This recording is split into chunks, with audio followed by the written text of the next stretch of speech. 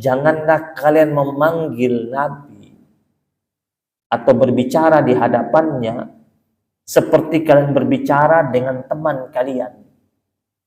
Jadi sahabat-sahabat Nabi itu, dialog mereka sesama mereka sama dialog mereka dengan Nabi beda. Perintah Allah itu.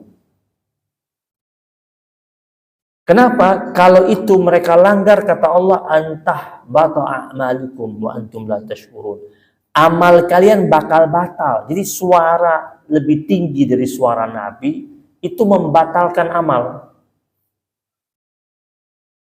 Amal-amal yang sudah pernah dibuat rontok, dan itu Allah yang bilang.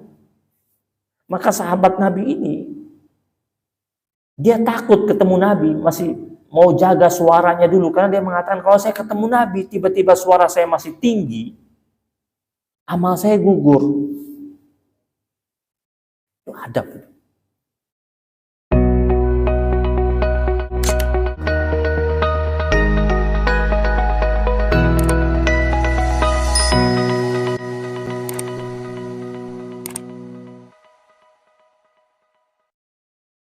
Bismillahirrahmanirrahim. Assalamualaikum warahmatullahi wabarakatuh.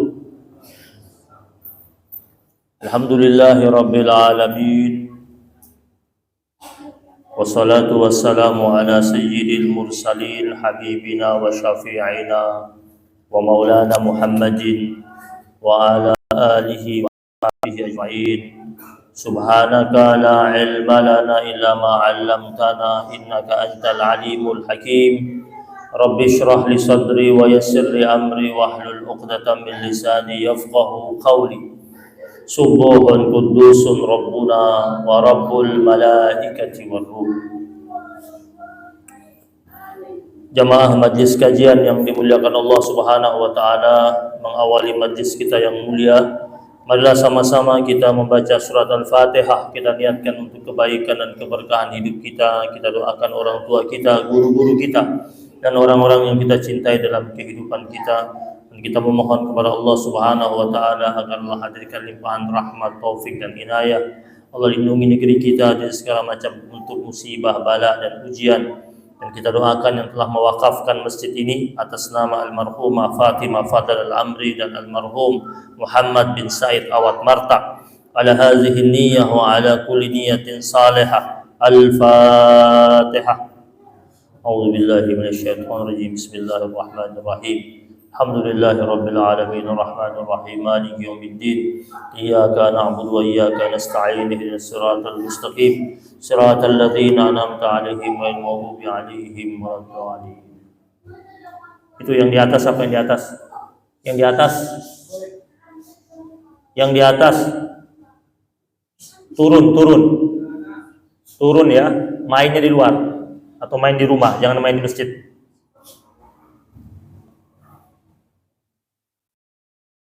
Baiklah jamaah yang dirahmati Allah Subhanahu wa taala, alhamdulillah puji dan syukur kita persembahkan kepada Allah Subhanahu wa taala atas limpahan rahmat, karunia dan keberkahan yang Allah hadirkan kepada kita. Salawat dan salam kita persembahkan kepada baginda Nabi besar Muhammad sallallahu alaihi wasallam. Dengan tidak putus-putusnya kita membaca salawat, Allahumma salli ala Muhammad wa ala ali Muhammad. Jamaah yang dimuliakan Allah Subhanahu wa taala, Al-Imam Fakhrul Razi, Al-Imam Fakhruddin Ar-Razi, Al-Imam Fakhruddin Ar-Razi, beliau pernah menjelaskan bahwasanya Nabi Muhammad sallallahu alaihi wasallam adalah pembawa rahmat baik di dalam agama maupun di dalam dunia. Di rahmat yang Nabi bawa itu dua sekaligus, rahmat agama dan rahmat dunia. Dalam rahmat agama, Nabi Muhammad sallallahu alaihi wasallam diutus membebaskan manusia di zaman itu dari kesesatan, dari kungkungan jahiliyah, dari hal-hal yang menyesatkan hidup mereka, kemudian menghantarkan mereka kepada nilai keimanan, menuju nilai kebahagiaan, menuju nilai keberuntungan, kemudian mengajak mereka untuk menerapkan nilai syariat.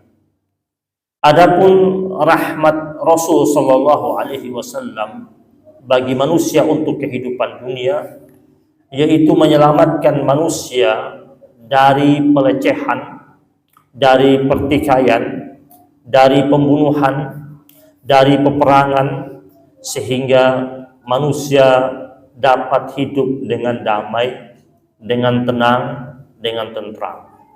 Karena kita tahu ketika Nabi datang pada waktu itu, masyarakat jahiliyah memberlakukan hukum rimba yang kuat, yang berkuasa, kemudian segala macam bentuk kerusakan moral terjadi di mana-mana. Jadi Nabi datang dengan wujud rahmat bagi manusia, yaitu melepaskan manusia dari kegelapan menuju cahaya ilahiyah. Dakwah Nabi yang dijalankan selama 23 tahun dengan 2 periode di Mekah dan di Madinah, kemudian berjalan dengan sukses. Kemudian sebagaimana Allah Subhanahu wa taala menetapkan kesuksesan yang telah dicapai oleh Rasulullah sallallahu alaihi wasallam melalui firman-Nya dalam surat Al-Maidah ayat yang ketiga. Di situ Allah firmankan, "Al-yauma akmaltu lakum dinakum wa atmamtu 'alaikum ni'mati wa raditu lakumul Islam dinan." Di mana pada waktu itu Allah Subhanahu wa taala tetapkan, menyatakan bahwasanya pada hari ini aku sempurnakan agamamu untukmu, dan aku cukupkan nikmatku bagimu, dan aku ridha Islam sebagai agama. Saat firman Allah ini turun, maka jelaslah pada waktu itu bahwasanya agama yang dibawa oleh Rasulullah Sallallahu Alaihi Wasallam telah sampai pada titik kesempurnaan. Misi risalah Nabi ini, jamaah sekalian, menjunjung tinggi dan menghargai tentang nilai-nilai kemanusiaan, bahkan menghargai hak-hak dasar manusia. Di mana kita tahu bahwasanya dalam Islam ini ada namanya hifdzuddin, menjaga nilai-nilai agama. Kemudian ada namanya hifdzun nafs, yaitu pemeliharaan terhadap jiwa, termasuk manusia memperoleh jaminan keamanan ketika dia sudah berada dalam dimensi keislaman. Kemudian juga ada hifdzul aqal, yaitu memelihara akal manusia, termasuk manusia itu memiliki hak untuk mendapatkan pendidikan. Kemudian juga ada namanya hifzul mal, pemeliharaan terhadap harta, di mana manusia dalam Islam itu betul-betul dijamin haknya untuk dapat bekerja, kemudian memiliki harta, kekayaan, dan hidup yang layak. Kemudian ada juga hifzun nasal, pemeliharaan terhadap lingkungan, termasuk di dalamnya di mana Islam menjaga tentang garis keturunan, yaitu termasuk hukum pernikahan. Hifzun nasl ini kan termasuk di dalamnya hukum pernikahan, di mana dengan pernikahan itulah akhirnya terjagalah garis keturunan antara umat manusia. Kemudian juga ada hifzul ird, yaitu menjaga kehormatan. Nah, Allah Subhanahu wa taala mengajarkan juga metode dakwah, yaitu melalui 3 cara, yaitu bil hikmah, yang kedua wal mau'izatil hasanah, dan yang ketiga mujadalah hasanah. Sebagaimana disebutkan dalam Al-Qur'an, ud'u ila sabili rabbika bil hikmati wal mau'izatil hasanah wajadilhum billati hiya ahsan, pada surat An-Nahl ayat 125. Al-Imam Al-Ghazali rahimahullah menjelaskan kepada kita tentang tahapan-tahapan berdakwah untuk menghentikan perbuatan yang mungkar. Kata Imam Al-Ghazali, tahapannya itu yang pertama adalah ketika kita berdakwah atau menyampaikan hal-hal yang penting kepada manusia, yaitu yang pertama memberikan penjelasan dan pengertian terlebih dahulu kepada orang yang kita ingin berubah perbuatannya. Maka kita datang kepadanya memberikan penjelasan dan pengertian lebih dahulu. Tidak langsung main larang saja, tapi dijelaskan kenapa ini tidak boleh. lalu berikan pengertian. Itu kata Imam Al-Ghazali, begitulah tahapan dakwah yang pertama, sehingga kemungkaran tersebut bisa dicegah. Yang kedua, tahapan yang kedua, melerai orang berbuat mungkar dengan nasihat yang baik, ya, dengan tutur kata yang santun, dengan mengingatkan tentang apa-apa yang menjadi ancaman Allah Subhanahu wa ta'ala.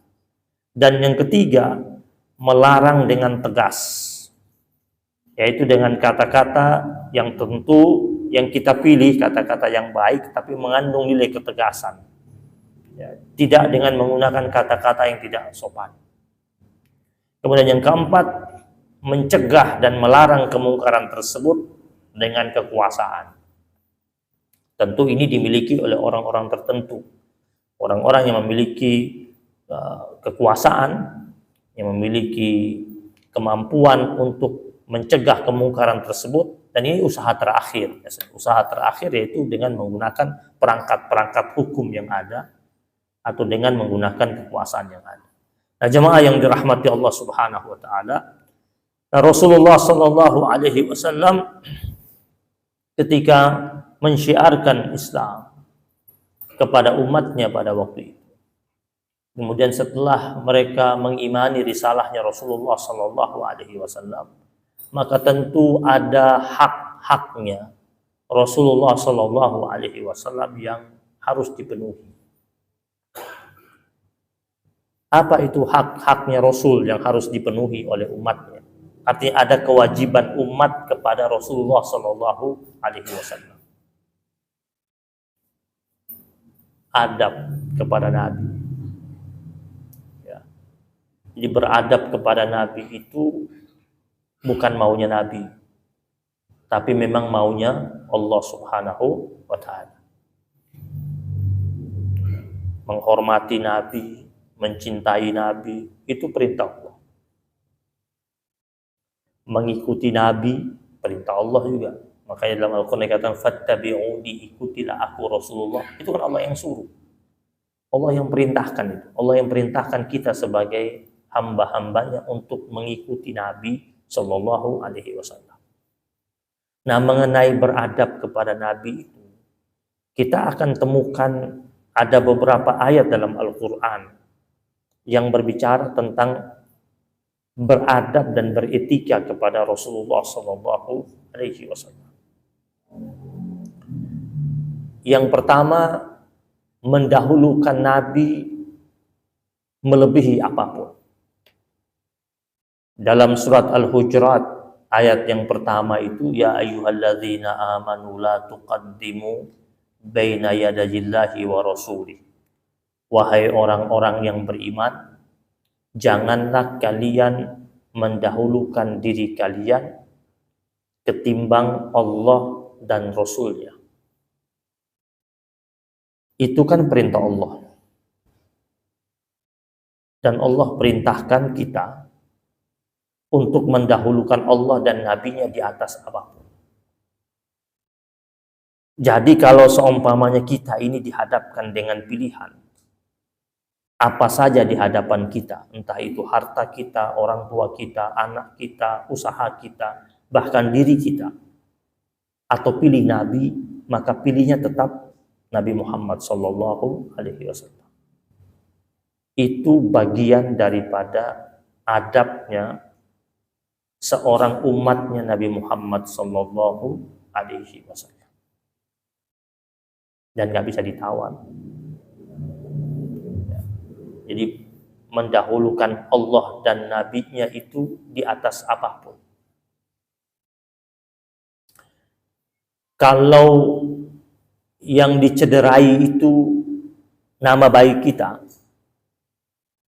masih bisa kita tahan. Kalau yang dicederai itu nama baik keluarga, mungkin masih bisa kita tahan. Tetapi ketika yang dicederai itu Rasulullah Sallallahu Alaihi Wasallam, maka tak boleh diam. Karena perintah Allah itu, janganlah kalian mendahulukan diri kalian ketimbang Allah dan Rasul. Dulu ada sahabat Nabi Abu Hurairah radhiyallahu taala anhu. Dia pernah berpapasan dengan Nabi. Kemudian setelah itu dia tanya sama Nabi, mau hendak kemana wahai Rasul? Kata Nabi, mau ke arah barat. Abu Hurairah mau ke arah timur. Tujuannya berbeda. Tapi karena dia mendahulukan Nabi, dia ikut Nabi lebih dulu. Dia ikut Nabi lebih dahulu sampai sampai di tujuannya, baru dia pergi ke tujuannya. Berarti jarak tempuhnya Abu Hurairah jadi jauh.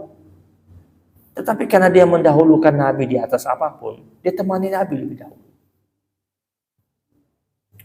Ada sahabat Nabi namanya Hanzalah, baru menikah, pengantin baru. Malam pertama dia menikah itu, malam itu dia dengar dari dalam kamarnya ada derap kuda yang begitu banyak dari depan kamarnya dan dari belakang kamarnya. Berlarian. Lalu terdengar suara para penunggang-penunggang kuda itu berteriak, "Hayya 'alal jihad." Mari berangkat jihad. Hanzalah ini sedang pengantin baru. Biasanya pengantin baru ada cutinya kan? Teman-temannya juga mungkin waktu itu mau ngajak dia agak segan. Karena ini pengantin baru. Hanzalah masih di dalam kamar. Dengar ada panggilan hayya al jihad. Dia sedang bersama istrinya. Langsung dia terbangun. Hatinya berkecamuk. Berangkat perang, atau tunda dulu, atau nyusul, atau belakangan, atau nggak usah berangkat. Tetapi istrinya dia, namanya Jamilah binti Abdullah. Istrinya bilang, berangkat bang. Ini sama-sama pengantin baru. Istrinya jauh lebih mencintai Rasul ketimbang suaminya. Dan dia jauh lebih mencintai Rasul juga ketimbang istrinya. Dia mau pamit waktu itu mungkin agak nggak enak. Namanya pengantin baru kan masih canggung kan. Mau ngomong, mau berangkat perang. Ya bisa pulang, bisa tidak pulang. Bisa pulang tinggal nama. Tetapi istrinya menguatkan dia, udah berangkat saja. Malam hari itu juga, itu Hanzalah siapkan kudanya, rapikan pelananya. Lalu dia siapkan baju perangnya. Melesat keluar, ikut gabung dengan rombongan pasukan perangnya Rasul. Dan menurut riwayat, Hanzalah berangkat perang belum sempat mandi, junub. Saking buru-buru, langsung keluar pakai pakaian berangkat. Ikut perang. Bertempurlah Hanzalah ini dengan pasukan musuh. Gugur dia sebagai syahid. Ketika selesai pertempuran, Nabi sampaikan kepada sahabat-sahabatnya untuk kumpulkan siapa yang terluka, siapa yang cedera, siapa yang wafat. Dikumpulkan semuanya. Yang wafat dikumpulkan jadi satu. Lalu ada sahabat Nabi ketika mengumpulkan yang wafat ini, pasukan yang wafat, menemukan jenazah Hanzalah. Kaget mereka, ini kan Hanzalah, pengantin baru. Gugur dia, kasihan banget. Salah satu di antara mereka bilang, lihat wajahnya. Wajahnya bersih, mukanya bercahaya. Rambutnya basah seperti orang baru habis mandi. Jadi keadaan fisiknya Hanzalah ini berbeda dengan pasukan lain. Rambutnya basah, seakan-akan baru habis mandi. Bahkan masih ada air yang mengalir dari sela-sela rambutnya turun ke keningnya. Lalu Keadaan ini disampaikan oleh para sahabat Nabi kepada Rasul. Rasul datang lihat kondisi Hanzalah. Ketika diperhatikan sama Nabi, Nabi langsung bersabda, Hanzalah ini dalam kondisi seperti ini karena dia baru saja dimandikan oleh para malaikat Allah Subhanahu wa Ta'ala. Karena dia berangkat perang belum sempat mandi junub. Malaikat mandikan dia. Kan biasanya pasukan perang, kalau gugur tidak perlu dimandikan kan? Tidak perlu dikafankan, cukup disolatkan dan dikuburkan. Tapi Hanzalah, karena belum sempat mandi junub, dimandikan oleh malaikat Allah Subhanahu wa Ta'ala, biar dia bersih. Jadi lihat ya, orang yang betul-betul mencintai Nabi itu dan memiliki adab yang baik. Orang dia bisa mencintai Nabi itu kalau dia punya adab yang cemerlang, yang bagus. Ya. Murid-murid yang mencintai gurunya itu kan murid-murid yang memang punya adab yang baik, sehingga akhirnya cintanya kepada gurunya begitu besar. Ini sahabat-sahabat Nabi begitu. Dibalas sama Allah itu berlebih. Itu Hanzalah. Kemudian akhirnya jenazahnya diurus sama Rasul Sallallahu Alaihi Wasallam, dikuburkan bersama para syuhada lain. Ini adab itu. Jadi mendahulukan Nabi melebihi apapun. Abu Bakar As-Siddiq radhiyallahu taala anhu ketika akan berangkat hijrah bersama Nabi, onta yang dia beli di pasar kota Mekah, 2 ekor yang dia beli buat dirinya dan buat Nabi, itu Abu Bakar As-Siddiq bawa ke Nabi, suruh Nabi pilih lebih dulu. Padahal dia beli pakai uangnya dia, tetapi dia bawa ke Nabi, dia minta Nabi untuk pilih lebih dahulu buat diri Nabi, baru buat dirinya. Kenapa? La tuqaddimu, jangan mendahulukan diri kalian ketimbang Allah dan Rasulnya. Itu adab. Ada lagi adab yang lain. Dalam surat Al-Hujurat juga. Ya ayyuhalladzina amanu la tarfa'u aswatakum fawqa sautin nabi. Wahai orang-orang yang beriman, jangan angkat suara kalian di atas suara Nabi. Adab juga. Dulu sahabat-sahabat Nabi itu kalau duduk dengan Nabi, mereka duduk di hadapan Nabi dengan kepala mereka lebih banyak tertungguknya ketimbang diangkat kepalanya untuk menatap Nabi. Mereka menatap Nabi sesekali, lebih sering mereka tertunduk. Bahkan dikatakan kalau mereka tertunduk itu seakan-akan di atas kepala mereka bertengger seekor burung. Kita kalau ada burung bertengger di kepala kita, kita tunduknya diem, mau kita tangkap itu burung. Itu sahabat-sahabat Nabi. Lalu Allah bilang di situ, la tarfa'u, jangan angkat suara kalian. La tarfa'u aswatakum fawqa sautin nabi, di atas suaranya Nabi. Menurut riwayat dahulu, ketika ayat ini turun, ada salah seorang sahabat Nabi itu bawaan dari lahirnya suaranya besar. Kalau ngomong memang gede suaranya.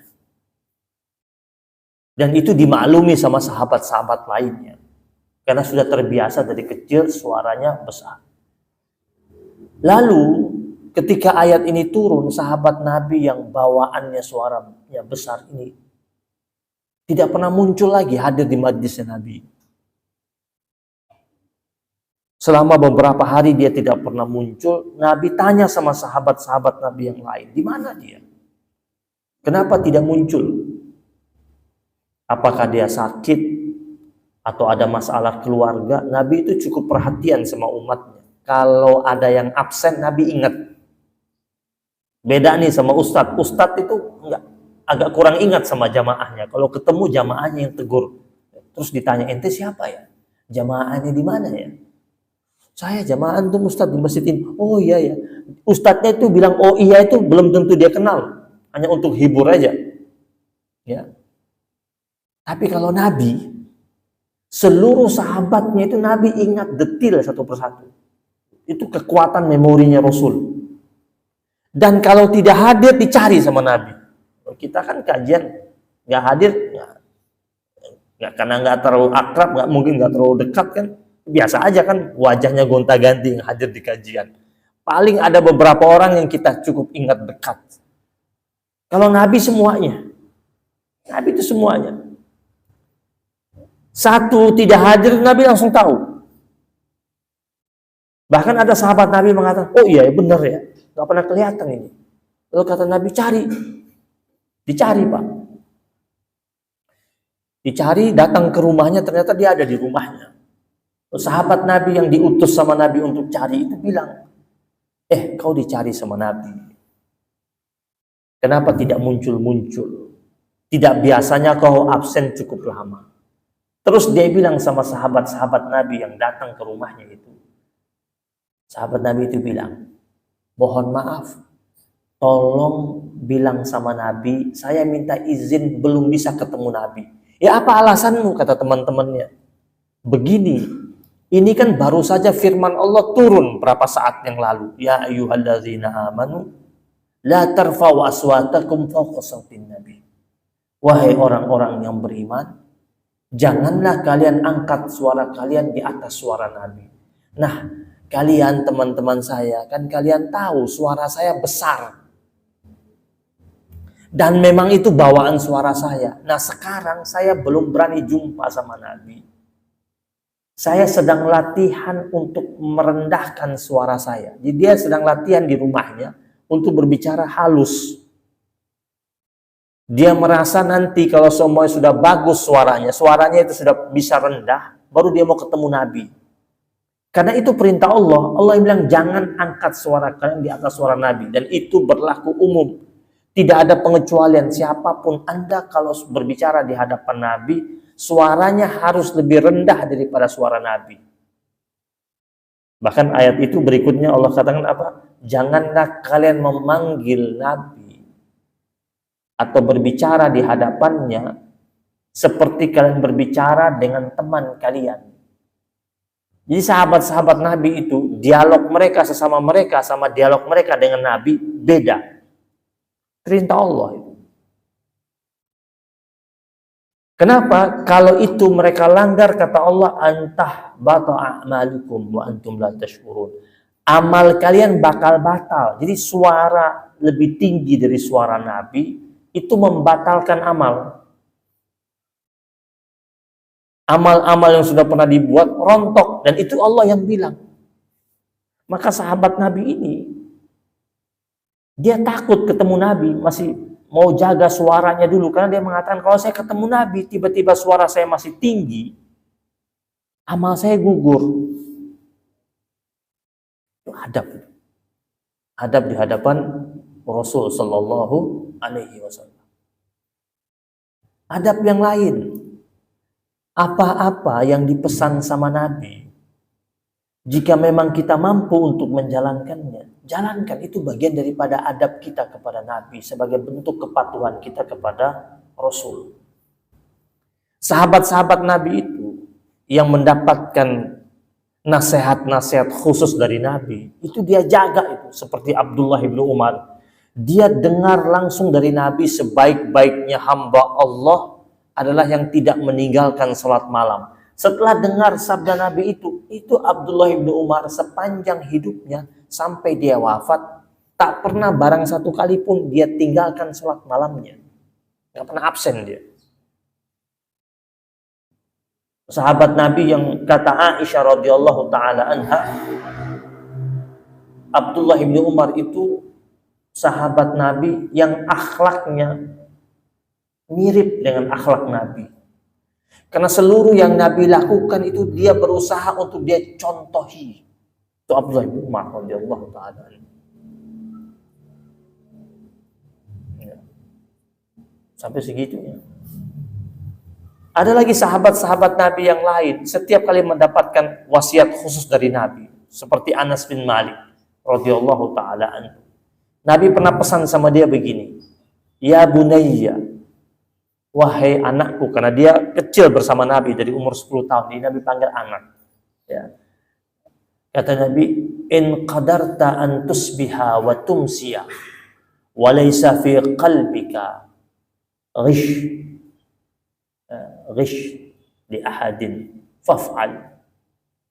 Wahai anakku, jika engkau mampu setiap pagi dan setiap sore hari, dari pagi sampai sore, tiap pagi, tiap sore, dalam dirimu itu tidak ada sedikit pun dalam hatimu itu rasa dengki kepada orang lain, maka lakukanlah. Pesan Nabi kepada Anas bin Malik. Maka kita lihat Anas bin Malik kepribadiannya, tidak ada dengki dalam dirinya. Anas bin Malik itu sahabat Nabi yang begitu sabar, begitu teduh perilakunya, begitu baik, tidak mudah marah, tidak pernah dendam, tidak ada dengki, karena dia dengar nasihat Nabi langsung dan dia amalkan itu. Kata Nabi kepada Anas, kalau kau mampu rawat ini, jaga dirimu, jangan sampai ada perasaan dengki. Yang kedua, kata Rasul kepada Anas bin Malik, ya bunayya, inna dzalika min sunnati. Sesungguhnya menghilangkan rasa dengki di hatimu terhadap saudaramu sesama mukmin itu bagian daripada sunnahku. Wa man ahya sunnati faqad ahabbani. Barang siapa yang menghidupkan sunnahku, maka dia dianggap betul-betul mencintai aku, Rasulnya. Wa man ahabbani kana ma'iya fil jannah. Barang siapa yang mencintai aku, maka dia otomatis akan bersama denganku di surganya Allah Subhanahu wa ta'ala.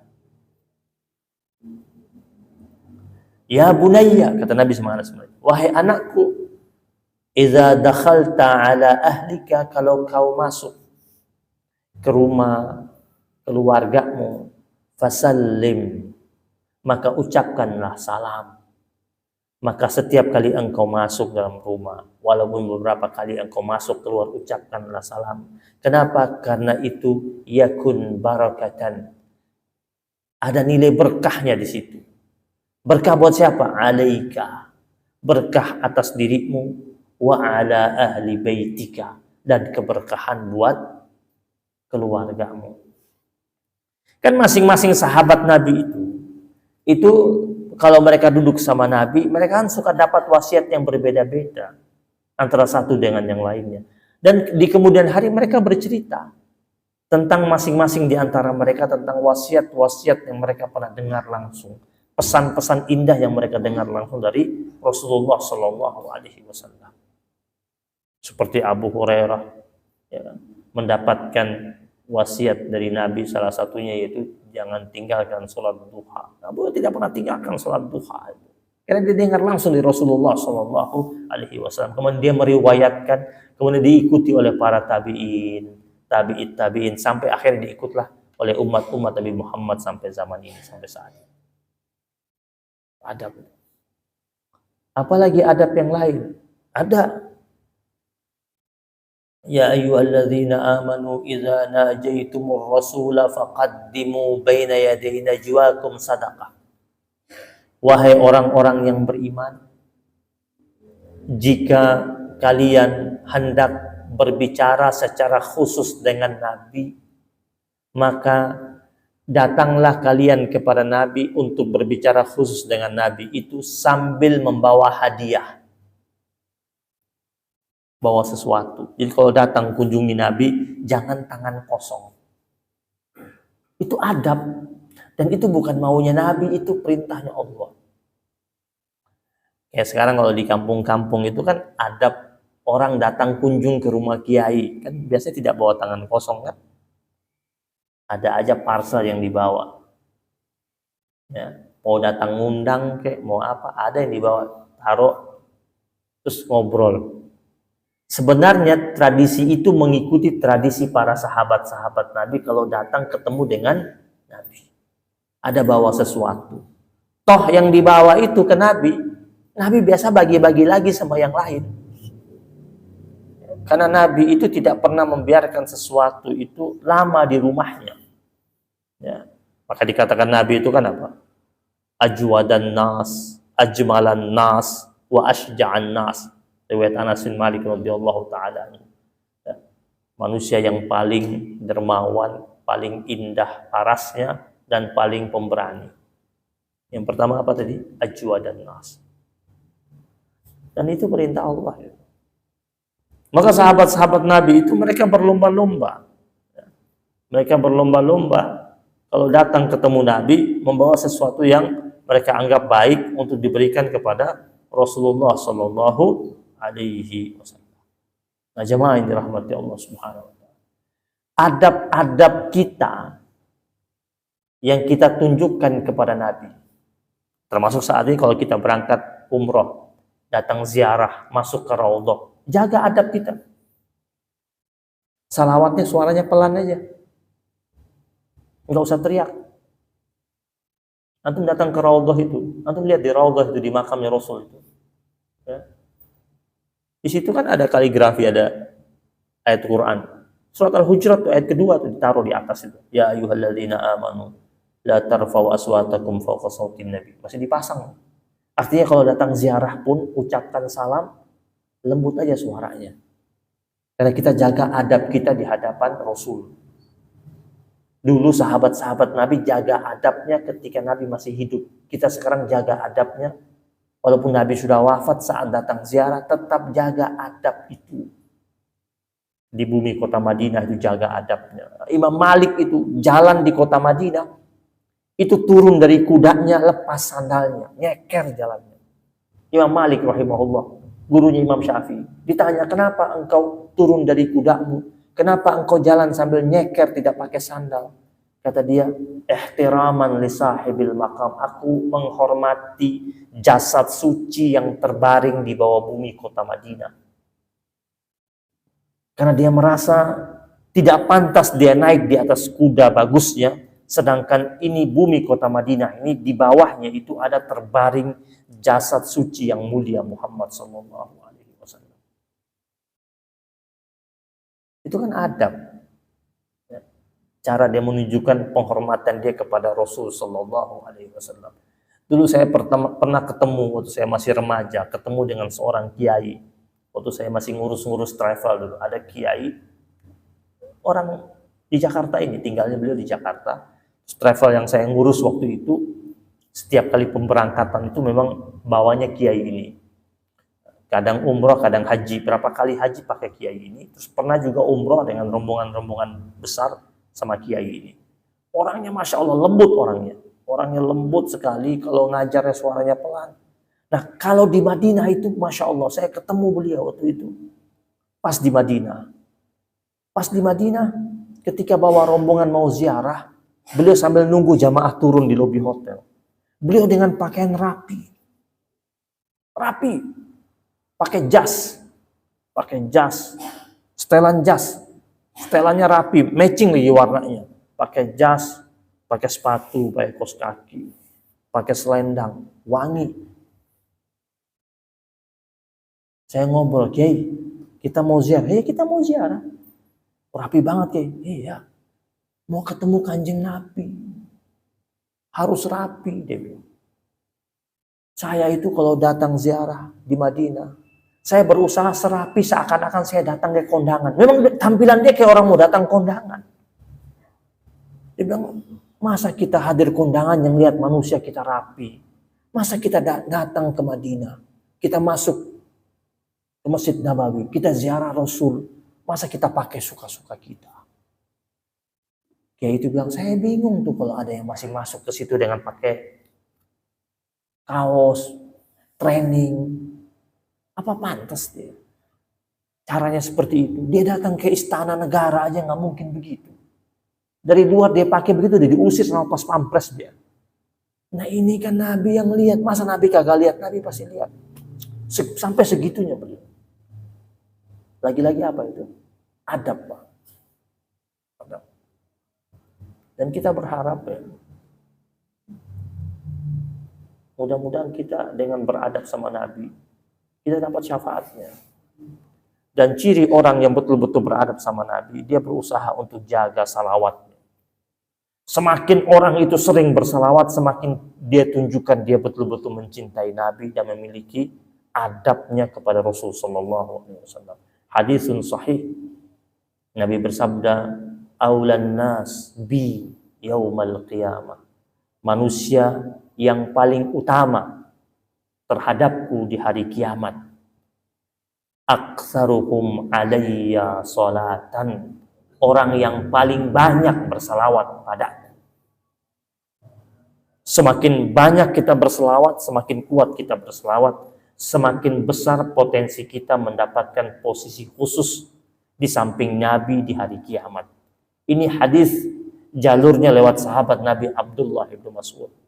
Nabi katakan, "Aulan nas bi yaumal qiyamah." Manusia yang paling mendapatkan posisi utama di samping aku nanti di hari kiamat. Aktsaruhum alayya salatan. Orang yang paling banyak bersalawat padaku. Dan mudah-mudahan kita menjadi umatnya Rasul yang betul-betul mencintai Nabi, betul-betul punya adab yang mulia kepada Nabi, dan kuat salawatnya kepada Rasulullah Sallallahu Alaihi Wasallam. Salawatnya jangan musiman, datang bulan Maulid salawatan, habis bulan Maulid hilang salawatnya, terus salawat itu. Dan Nabi katakan aktsaruhum, paling banyak. Kalau paling banyak adalah terus menerus, tidak pernah putus bersalawat kepada Rasulullah Sallallahu Alaihi Wasallam. ربنا تقبل منا إنك أنت السميع العليم وتب علينا يا مولانا إنك أنت التواب الرحيم ربنا آتنا في الدنيا حسنة وفي الآخرة حسنة وقنا عذاب النار وصلى الله على سيدنا محمد النبي الأمي وعلى آله وصحبه وبارك وسلم الحمد لله رب العالمين ثم السلام عليكم ورحمة الله وبركاته.